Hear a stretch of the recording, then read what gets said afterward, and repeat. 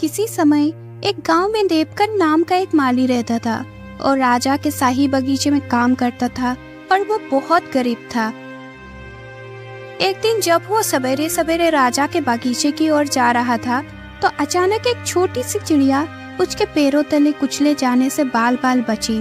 उसने चिड़िया को उठाकर एक तरफ रख दिया। तभी चिड़िया बोली, तुम्हारी मेहरबानी का धन्यवाद नौजवान। मैं बीमार हूँ इसीलिए उड़ नहीं सकती। यदि तुम मुझे मेरे घोंसले में पहुंचा दोगे तो मैं तुम्हारा एहसान जीवन भर नहीं भूलूंगी। कहाँ है तुम्हारा घोंसला चिड़िया रानी, बताओ। वो जो पीपल का पेड़ तुम देख रहे हो ना, उसी पर मेरा घोंसला है। ठीक है चिड़िया रानी।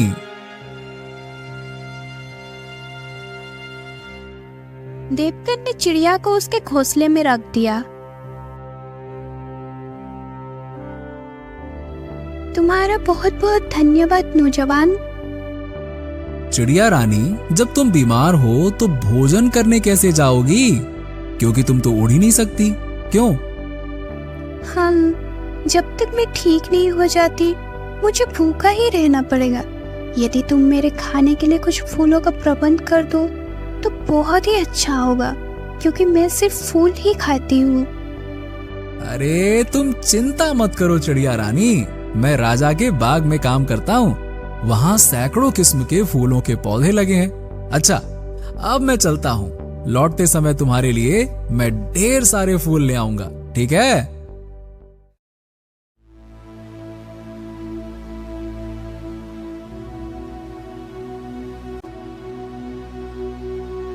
देवकन राजमहल की ओर चल पड़ा। वहां पहुंचकर देवकन सारा दिन बगीचे में काम करता रहा।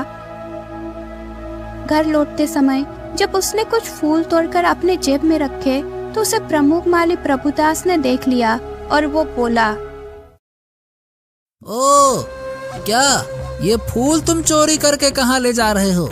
जानते हो शाही फूलों को चोरी करने की सजा क्या है?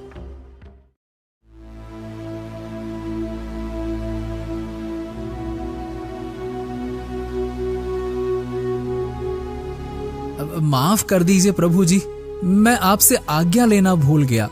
दरअसल ये फूल मैं एक बीमार। बकवास बंद करो, मैं इसी वक्त तुम्हें सैनिकों के हवाले करूंगा, समझे? नहीं नहीं नहीं नहीं नहीं, मुझे क्षमा कर दीजिए प्रभु जी। मुझे चाहे तो सजा दे दीजिए, लेकिन सैनिकों के हवाले मत कीजिएगा। एक ही शर्त पर मैं तुम्हारी चोरी छिपा सकता हूँ और तुम्हारी जान बचा सकता हूँ। मुझे आपकी हर शर्त मंजूर है। तुम्हें इन फूलों की कीमत यानी चांदी का एक छोटा सा सिक्का मुझे देना होगा, समझे? ठीक है, ये लीजिए प्रमुख जी।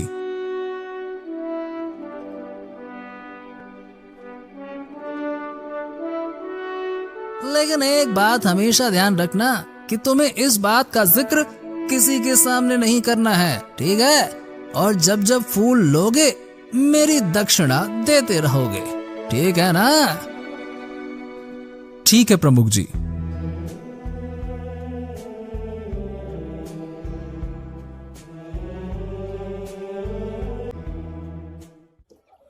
वहां से देवकन सीधा चिड़िया के पास पहुंचा।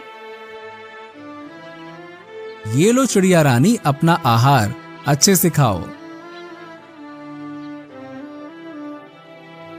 उस दिन से देवकन रोज बाग से फूल तोड़ता और उसकी कीमत प्रमुख माली को देकर फूल चिड़िया को पहुंचा आता। तुम मेरे लिए कितना कष्ट उठा रहे हो युवक। ऐसी कोई बात नहीं है चिड़िया रानी, तुम्हारी मदद करके मुझे खुशी मिलती है। तुम जल्दी से मस्त हो जाओ, अच्छी हो जाओ, ठीक है? चलो, अच्छा मैं चलता हूँ, है ना?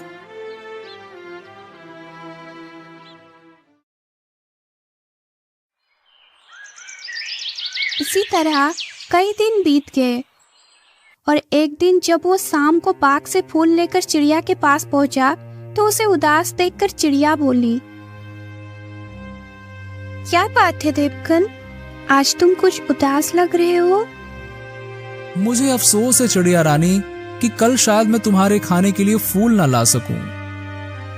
देवकन, मेरे लिए अब फूल लाने की कोई जरूरत नहीं है। अब मैं बिल्कुल अच्छी हो चुकी हूँ तथा कल से स्वयं अपना खाना का प्रबंध कर लूंगी। लेकिन फिर भी बताओगे कि तुम किस वजह से उदास हो? चिड़िया रानी, मैं इन फूलों की कीमत प्रमुख माली को देकर आता था, लेकिन अब मेरे पास एक फूटी कौड़ी भी नहीं बची। ये कहकर देवकन ने चिड़िया को सारी बात बता दी। सब कुछ जान सुनकर चिड़िया की आंखें डबडबा गई। देवकन, मैं नहीं जानती थी कि मेरे लिए तुम इतनी बड़ी कुर्बानी दे रहे हो, वरना मैं तुम्हें ऐसा हरगिज़ करने नहीं देती। अरे तुम दुखी मत हो चिड़िया रानी। मैं इसलिए उदास नहीं था कि मेरे पास पैसे नहीं रहे, बल्कि मैं तो इस बात से चिंतित था कि कल तुम्हारे लिए फूल कहां से लाऊंगा। लेकिन अब तुम्हें स्वस्थ जानकर मेरी सारी चिंताएं दूर हो गई हैं। चलो, अच्छा अब मैं चलता हूँ, ठीक है? ठीक है, जाओ, लेकिन मुझसे रोज मिलना ना भूलना। ठीक है चिड़िया रानी।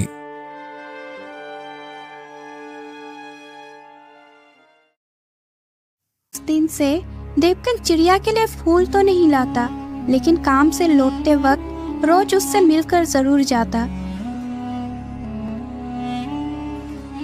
एक दिन जब वो काम से घर लौट रहा था तो उसे चिड़िया से मिलने का ध्यान ही नहीं रहा। देवकन को जाते हुए देख चिड़िया बोली, देवकन, आज मैं ना जाने कब से तुम्हारा इंतजार कर रही हूँ और तुम मुझसे मिले बिना ही जा रहे हो। ओ चिड़िया रानी, आज मुझे ध्यान ही नहीं रहा। बोलो, कैसे हाल चाल हैं? सुनो, तुमने जो मुझ पर बीमारी के समय उपकार किया, उसकी मैं कीमत तो नहीं चुका सकती, लेकिन मैं आज तुम्हें एक ऐसा बीज दूंगी जो शायद तुम्हारा सारा दुख दर्द एवं गरीबी दूर कर देगा। ये कहकर चिड़िया ने अपने घोंसले में से एक बीज उठाया और देवकन की हथेली पर रख दिया। अरे, इतना बड़ा बीज! सुनो, ये मृत्युवन संजीवनी वृक्ष का बीज है। इसके फूल सूंघने वाले सदा सुंदर, स्वस्थ और जवान बना रहता है। इस बीज से जो वृक्ष होगा और उसमें जो फूल लगेंगे वो अनमोल होगा।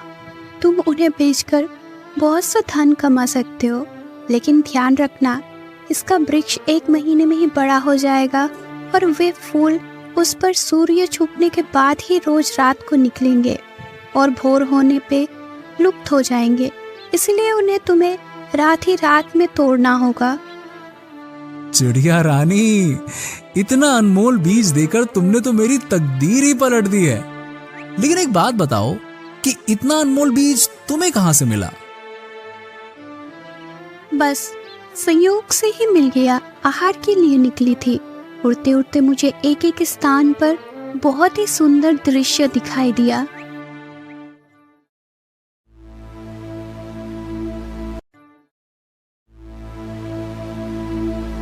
ओह परिया, मुझे नीचे चलकर उनकी टाल लेनी चाहिए। हो सकता है उनकी बातचीत से मुझे कोई ऐसा उपाय सूझ जाए जिससे मैं देवकन की गरीबी दूर करने में उसकी मदद कर सकूं। ये सोचकर मैं नीचे उतरी और एक पेड़ पर बैठकर उनकी बातें सुनने लगी। सखी, आज बहुत समय बाद सैर सपाटा करने में बहुत आनंद आया है। मैं तो अब यहाँ रोज आया करूंगी। मैं भी। जब हमने रोज ही यहाँ आना है तो क्यों ना यहाँ मृत्युवन संजीवनी वृक्ष लगा दे, ताकि सैर सपाटा के पश्चात उसके फूलों की महक ले सके और सदा सदा के लिए स्वस्थ वो जवान रह सके। हाँ हाँ, तुम ठीक कहती हो। यहाँ दूर दूर तक कोई इंसान नजर नहीं आता है, अतः वो वृक्ष भी सुरक्षित रहेगा।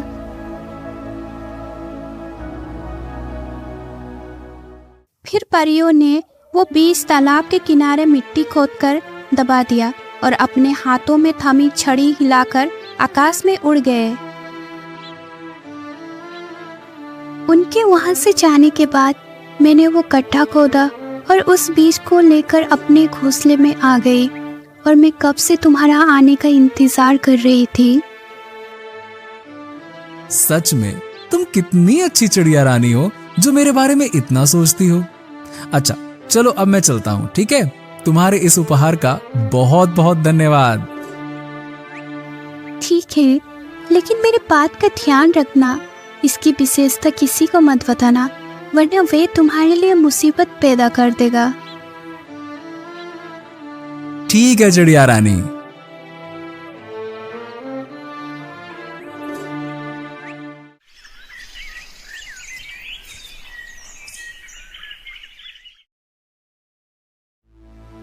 चिड़िया रानी ने ये अनमोल बीज तो दिया है, लेकिन इसे गाड़ूंगा कहाँ? यदि इसे घर के बाहर गाड़ता हूँ तो वृक्ष के बड़े होते ही और फूलों के लगते ही लोगों को तो इसकी विशेषता पता चल जाएगी और वो सारे फूल तोड़ लेंगे।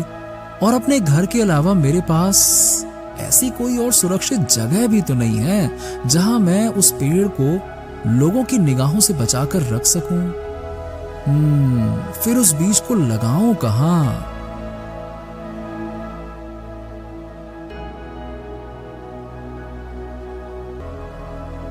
घर पहुंचकर भी उसका ध्यान उस बीज को बोने के लिए किसी स्थान के विषय में ही सोचता रहा। यदि एक बार वो पेड़ उग गया तो शायद फिर मुझे जिंदगी में कभी किसी चीज की कमी नहीं रहेगी। महाराज ही मुझे उन फूलों की मुंह मांगी कीमत देने को राजी हो जाएंगे। क्यों ना मैं उस बीज को महाराज के ही शाही बगीचे में बो दूं, तब उसकी उचित सुरक्षा भी होती रहेगी। साथ ही महाराज मुझसे उस अद्भुत वृक्ष को पाकर प्रसन्न हो जाएंगे और मुझे ढेरों इनाम देने के साथ साथ मेरी तरक्की भी कर देंगे। हाँ।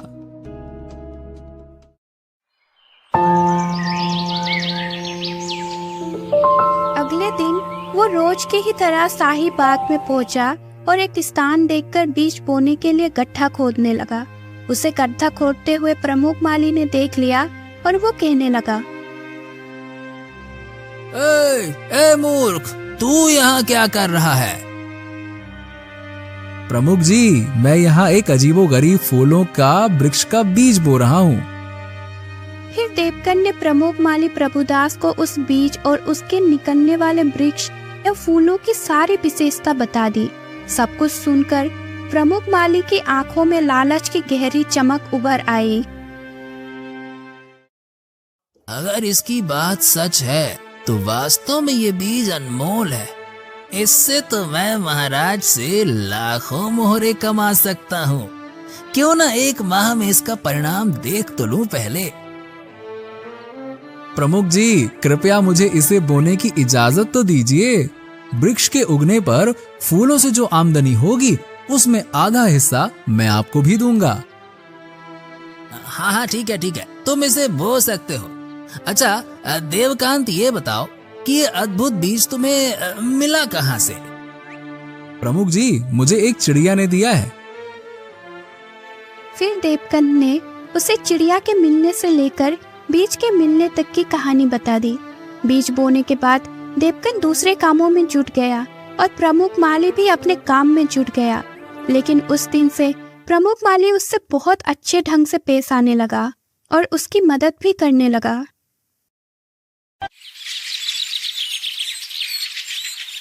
एक एक करके दिन बीतते रहे। बीज से अंकुर फूट निकला और वो दिन प्रतिदिन बड़ा होने लगा। ठीक 30 दिन बाद उस पौधे ने एक विशाल वृक्ष का रूप धारण कर लिया। देवकन और प्रमुख माली दिन भर अपने अपने काम में जुटे रहे। फिर जैसे ही सूरज डूबा, राजमहल और आसपास का वातावरण अद्भुत सुगंध से महक उठा।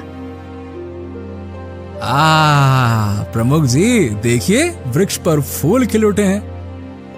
वाह वाह वाह देवकांत, कितनी मनमोहक सुगंध है इन फूलों की। क्या बात है, मैं अपने आप को बिल्कुल तरोताजा स्वस्थ महसूस कर रहा हूँ। देवकांत, इसका मतलब ये हुआ कि ये फूल निसंदेह चमत्कारी है ना? तभी देवकन आनंद विभोर होकर फूल तोड़ने के लिए वृक्ष की ओर बढ़ा और झटपट फूल तोड़ने लगा। बस इतने फूल काफी हैं। सिपाहियों, गिरफ्तार कर लो इस चोर को। आज ये चोर रंगे हाथों पकड़ा गया। मैं पकड़ो इसको। हाँ नहीं, मैंने चोरी नहीं की है। सैनिकों ने तुरंत देवकन के पास पहुंचा।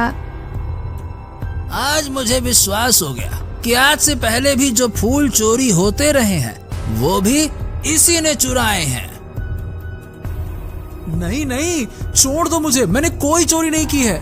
ये वृक्ष मेरा है, इसके फूलों का मैं हकदार हूँ। हाँ, पहले जो फूल मैंने बाग से तोड़े थे वो प्रमुख जी की इजाजत लेकर तोड़े थे और उनकी कीमत भी मैंने इनको दी है, पूछो इनसे। चुप कर मूर्ख, एक तो चोरी करता है ऊपर से सच्चा बनता है। महाराज के बाग में उगे हुए वृक्ष को अपना बताता है, बड़ा आया। जब सैनिकों ने देवकन को मार मार कर अधमरा सा कर दिया तो प्रमुख माली उसके प्रति सहानुभूति जताते हुए बोला, बस रहने दीजिए सैनिक जी, बहुत खातिरदारी हो गई इसकी, अब इसे छोड़ दीजिए। असहाय देवकन सब कुछ जानते समझते हुए भी अपने दुर्भाग्य पर आंसू बहाते हुए अपने घर की ओर चल दिया। देवकन और सैनिकों के जाने के बाद प्रभुदास जमीन पर बिखरे उन फूलों को एकत्रित करने लगा जो देवकन ने वृक्ष से तोड़े थे। इन फूलों का गुलदस्ता बनाकर मैं महाराज को पेश करूंगा और ढेर सारा इनाम पाऊंगा। इधर देवकन सीधा चिड़िया रानी के पास पहुंचा और रोते रोते उसे सारा किस्सा कह सुनाया। ओह, ये तो बड़ा ही बुरा हुआ देवकन। मैंने तो पहले ही तुम्हें मना किया था कि इस विषय में किसी को कुछ मत बताना। सच कहता हूँ चिड़िया रानी, मुझसे वास्तव में बहुत बड़ी भूल हो गई जो मैंने प्रमुख माली पर विश्वास किया। खीर, तुम दुखी मत हो, अब तुम घर जाओ। मैं जल्दी ही कोई ऐसा उपाय करूंगी कि तुम्हें भूखा न मरना पड़े। ठीक है चिड़िया रानी। और चिड़िया से विदा लेकर देवकन उदास था अपना घर लौट गया। इधर प्रमुख माली प्रभुदास ने जैसे ही चमत्कारी फूलों का एक गुलदस्ता तैयार किया, राजमहल का एक कर्मचारी उनके पास आ पहुंचा और बोला, प्रभुदास जी, महाराज ने तुम्हें याद किया है। ओह, मैं तो स्वयं ही उनसे मिलने आ रहा था। चलो चलते हैं।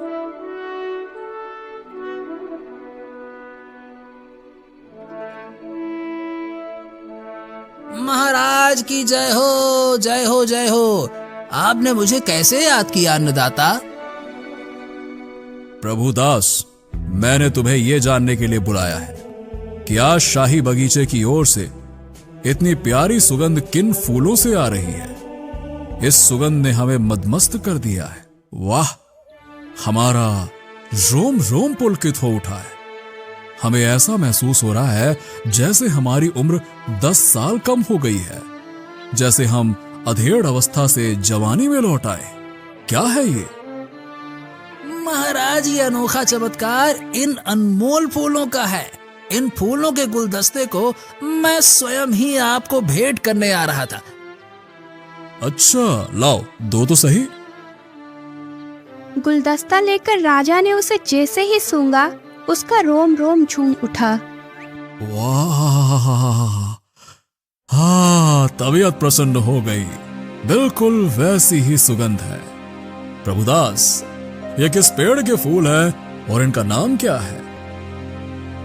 महाराज, ये फूल मृत यवन संजीवनी वृक्ष के हैं। इनको सूंघने से मनुष्य जवान और स्वस्थ रहता है। क्या सचमुच? इसका परिणाम तो आप स्वयं ही देख रहे हैं महाराज। ठीक कहते हो। इस अद्भुत वृक्ष को देखने के लिए हम बहुत उत्सुक हैं।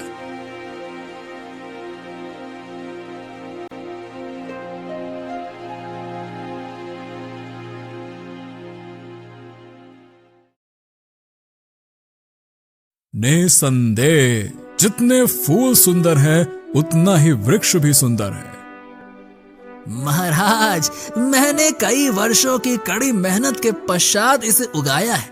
इसके फूल केवल रात में ही खिलते हैं। और भोर होते होते लुप्त हो जाते हैं।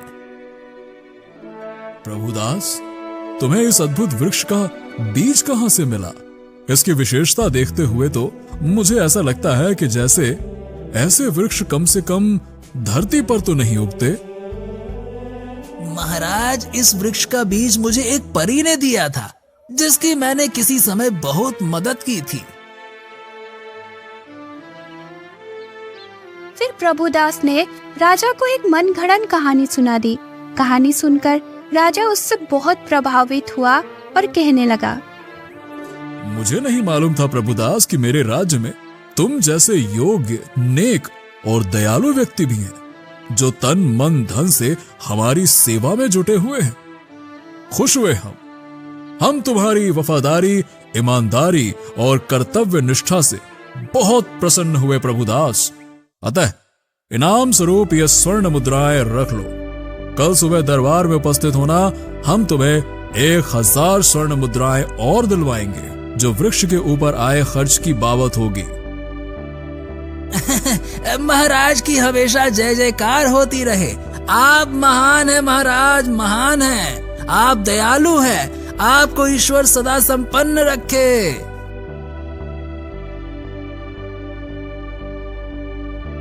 हाँ, एक बात ध्यान रहे प्रभु, कल से तुम मुझे एक फूल का गुलदस्ता पेश करोगे, जिसके बदले तुम्हें रोज 100 स्वर्ण मुद्राएं मिला करेंगी।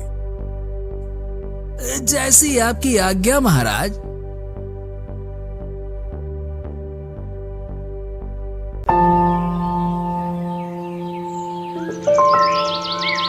अगले दिन दरबार में जाकर प्रभुदास ने 1000 स्वर्ण मुद्राएं प्राप्त कर ली और उसी रात से वो रोज चमत्कारी फूलों का गुलदस्ता बनाकर राजा को देने लगा। राजा फूलों को सूंघता और बहुत खुश होता। वाह, जवाब नहीं इन फूलों का। कुछ ही दिनों में हमारी कायाकल्प हो गई है। हम तो बूढ़े से जवान हो गए हैं। उधर दीपकन ने एक सेठ के यहाँ मेहनत मजदूरी करना आरंभ कर दिया, जबकि प्रभुदास दोनों हाथों से धन बटोर रहा था। कई दिन बीतने के पश्चात एक रात को परिया राजा के महल के ऊपर से गुजर रही थी, तो उन्होंने वही मृत संजीवनी वृक्ष देखा और कहने लगी, अरे वो देखो, मृत्युवन संजीवनी वृक्ष है। परिया तुरंत नीचे उतरी। वह राजा का शाही बाग ही था। लेकिन ये वृक्ष यहाँ आया कैसे? ये तो किसी राजा का बाग लगता है। हाँ, लगता है ये वृक्ष उसी बीज से उगा है, जिसे हमने 1 माह और कुछ हफ्ते पहले तालाब के किनारे गाड़ा था और जो अगले ही दिन आश्चर्यजनक तरीके से गायब हो गया था। इसका मतलब ये हुआ कि उस समय हमारे आसपास कोई मनुष्य था, जिसने ना केवल हमारी बातचीत सुन ली होगी, बल्कि हमारे जाने के बाद उसने उस बीज को भी निकाल लिया होगा। तब तो हमें उस चोर को सजा देनी चाहिए, लेकिन चोर का पता कैसे चलेगा? उसका पता लगाना कोई ज्यादा मुश्किल नहीं है। जिसे इस पेड़ की विशेषता मालूम है, वो जरूर रात को फूल तोड़ने यहाँ आता होगा। ठीक कहती हो सखी, लेकिन जिस दिन वो हमारे निगाह में आ गया, वो रात उसके जीवन की आखिरी रात होगी। आओ, अब हम इन फूलों का आनंद।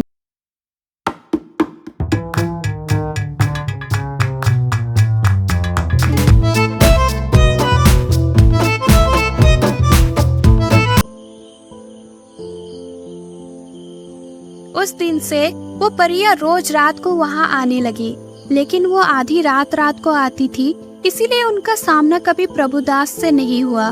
प्रभुदास तो पेड़ पर फूल खिलते ही थोड़ा सा फूल तोड़कर उनका गुलदस्ता बनाकर राजा को दे देता था।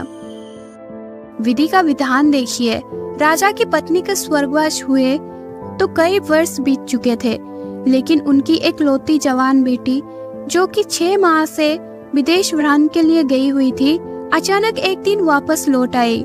उसे देखकर महाराज बहुत खुश हुए और कहने लगे, बेटी मधुमिता, तुम्हें देखकर हमें बहुत प्रसन्नता हुई है। और वो अपने पिता को घूर कर देखने लगी। क्यों? क्या हुआ? तुम मुझे इस तरह से घूर क्यों रही हो? पिताजी, ये आप 6 माह में अचानक जवान कैसे हो गए? क्या कोई मृत्युवन संजीवनी आपके हाथ लग गई है? कुछ ऐसा ही समझ लो बेटी। अच्छा, पहले भीतर तो चलो, फिर आराम से वार्तालाप होगी। आओ।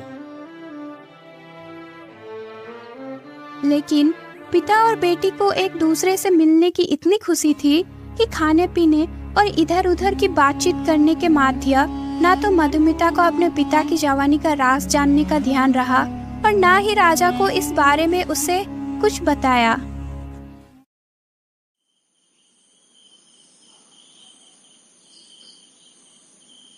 बेटी, बहुत रात हो गई है, तुम जाकर सो जाओ। बहुत अच्छा पिताजी, मुझे भी बड़ा जोरों का नींद आ रही है। लेकिन मधुमिता अपने शयन कक्ष में जाकर जैसे ही बिस्तर पर लेटी, उसे फूलों की सुगंध आने लगी। मधुमिता उसी समय महल से निकलकर शाही बाग में पहुंच गई और परिया भी उसी समय उड़ती हुई शाही बाग के ऊपर पहुंची और राजकुमारी को देखकर कहने लगी, अरे अरे वो देखो, शाही बाग में कोई लड़की मृत्युवन संजीवनी वृक्ष के फूल तोड़ रही है। जरूर ये वही चोरनी है जिसने हमारे चमत्कारी बीज चुराया था। आओ चलकर इससे मजा चखाए।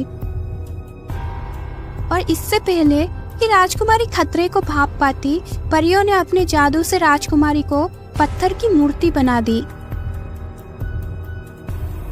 अब इसे हमारे सिवाय और कोई जिंदा नहीं कर पाएगा। इसकी यही सजा थी, इसे तो सजा मिल गई। आओ अब हम फूलों का सुगंध का आनंद लें और अपना प्रिय खेल खेलें। हाँ चलो।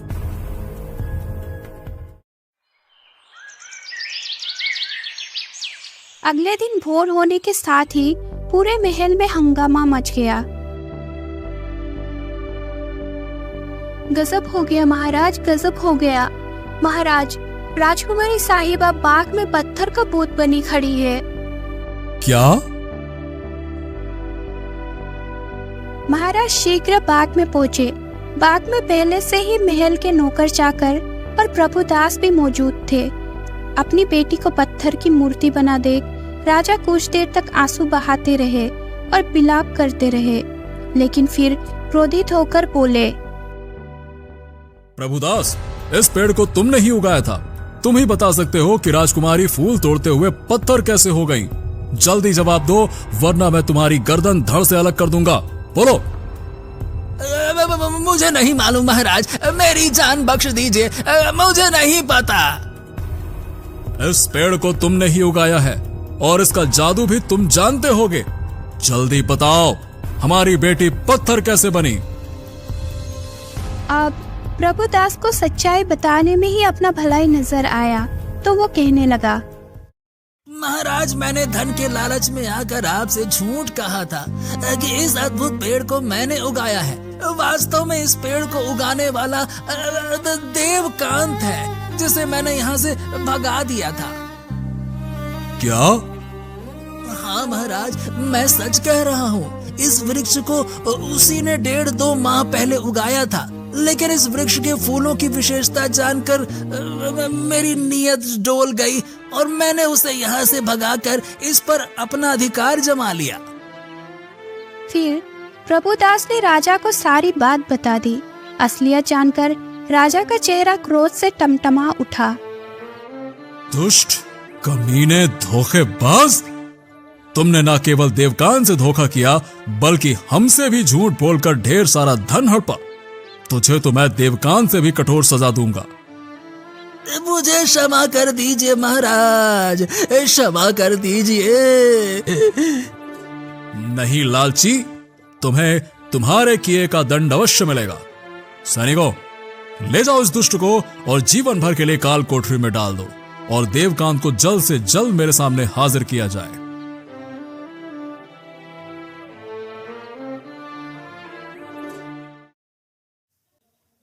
इधर सैनिक देवकन के घर पहुंचे। संयोग से उस समय देवकन घर पर ही था। देवकन सैनिकों के साथ राजमहल जाने लगा।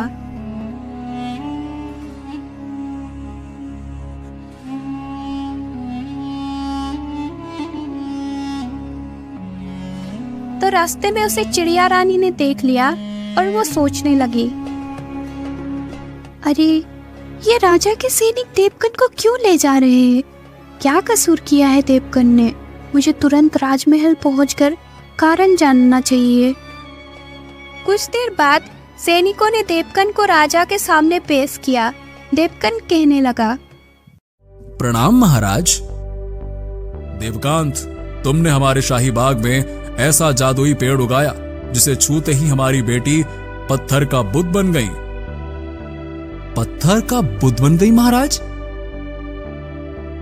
हाँ, बताओ वो पत्थर का बुत कैसे बन गई और पुनर्जीवित कैसे हो सकती हैं? महाराज, मैंने वो वृक्ष अवश्य उगाया था, लेकिन मुझे ये बिल्कुल भी नहीं मालूम कि राजकुमारी जी पत्थर का बुत कैसे बन गईं। तुम जरूर कोई दुष्ट जादूगर हो, मैं तुम्हारे टुकड़े टुकड़े कर दूंगा। तभी चिड़िया रानी वहां आ गई और बोली, ठहरो राजन, इस तरह जल्दबाजी में काम मत लो। एक चिड़िया, वो भी मनुष्य की बोली बोल रही है। तुम कौन हो चिड़िया?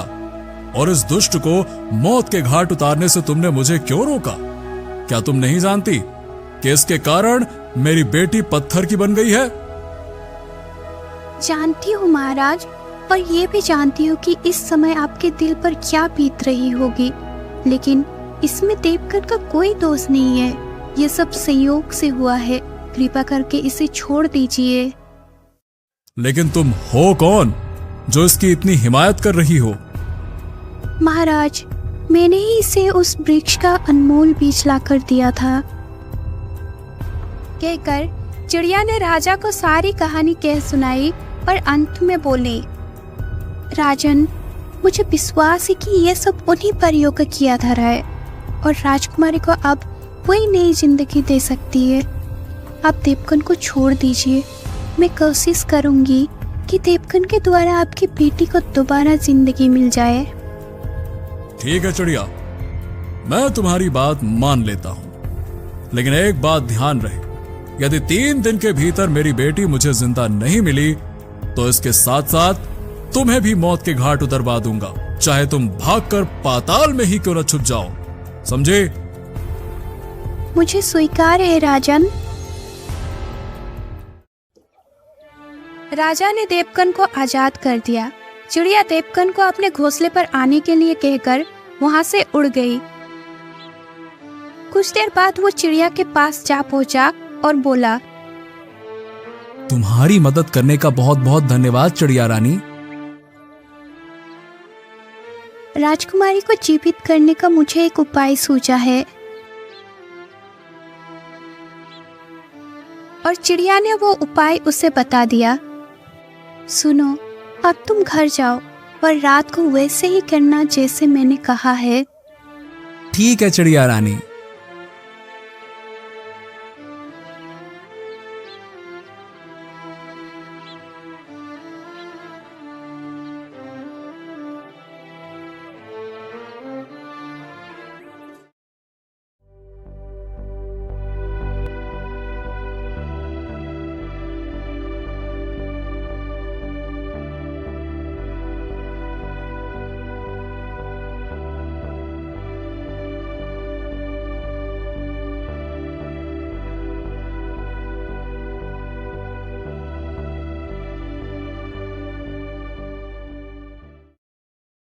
अरे सखिया, वो देखो, उस दुष्ट आदमी ने हमारी जादू छड़िया अपने कब्जे में कर ली है। ए, कौन हो तुम? लाओ हमारी छड़िया हमें वापस करो। परियों, मैं इस शर्त पर ही आपको चिड़िया वापस कर सकता हूँ कि आप राजकुमारी को पुनर्जिंदा कर दोगे। नहीं नहीं, हम इस चोरनी को हरगिज जिंदा नहीं करेंगे। आप लोगों को भ्रम हुआ है परी देवियों। चोर राजकुमारी जी नहीं, चोर तो मैं हूँ। और फिर देवकन ने उन्हें अपने साथ हुए सारी कहानी कह सुनाई।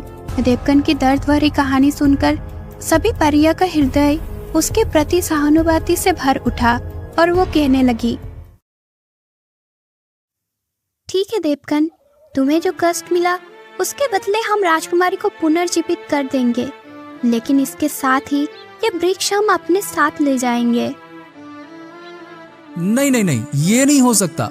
यदि आप लोग ये अपने साथ ले गईं, तो मुझ गरीब की जीविका कैसे चलेगी? उसके लिए तुम चिंता ना करो, हम तुम्हें राजा के महल से भी बड़ा और सुंदर महल देंगे तथा इतना धन देंगे कि तुम्हें कभी कुछ करने की जरूरत नहीं पड़ेगी। तुम किसी राजा से कम नहीं रह जाओगे। यदि ऐसी बात है तो मुझे कोई ऐतराज नहीं है। तुम अपना वृक्ष अपने साथ ले जा सकती हो। तो लाओ, हमारी छड़ियाँ हमें वापस करो। देवकन ने उनकी छड़ियाँ उन्हें वापस कर दी। तब एक परी ने अपनी छड़ी राजकुमारी के पूत में घुमाया। राजकुमारी तुरंत जीवित हो उठी और कहने लगी, ये मुझे क्या हो गया था? आप लोग कौन हो? हम सब परियां हैं राजकुमारी, लेकिन तुम्हें देवकन का एहसान मानना चाहिए। इन्हीं की वजह से तुम्हें नया जीवन मिला है। राजकुमारी को सारी बात मालूम हुई तो उसका हृदय देवकन के प्रति प्रगाढ़ प्रेम से भर उठा। अच्छा देवकन, अब हम चलते हैं। अपने घर पहुंचने पर तुम्हें तुम्हारा महल और उसमें रखा अपार धन तुम्हें मिल जाएगा। बहुत अच्छा नेक परियों। और सभी परियां उस मृत संजीवनी वृक्ष को अपने साथ लेकर उड़ने लगी। तब की भोर का उजाला चारों ओर फैलने लगी थी। आइए राजकुमारी जी, मैं आपको आपके पिताजी के पास ले चलता हूँ। आपको सही सलामत देखकर वो बहुत प्रसन्न होंगे। चलिए।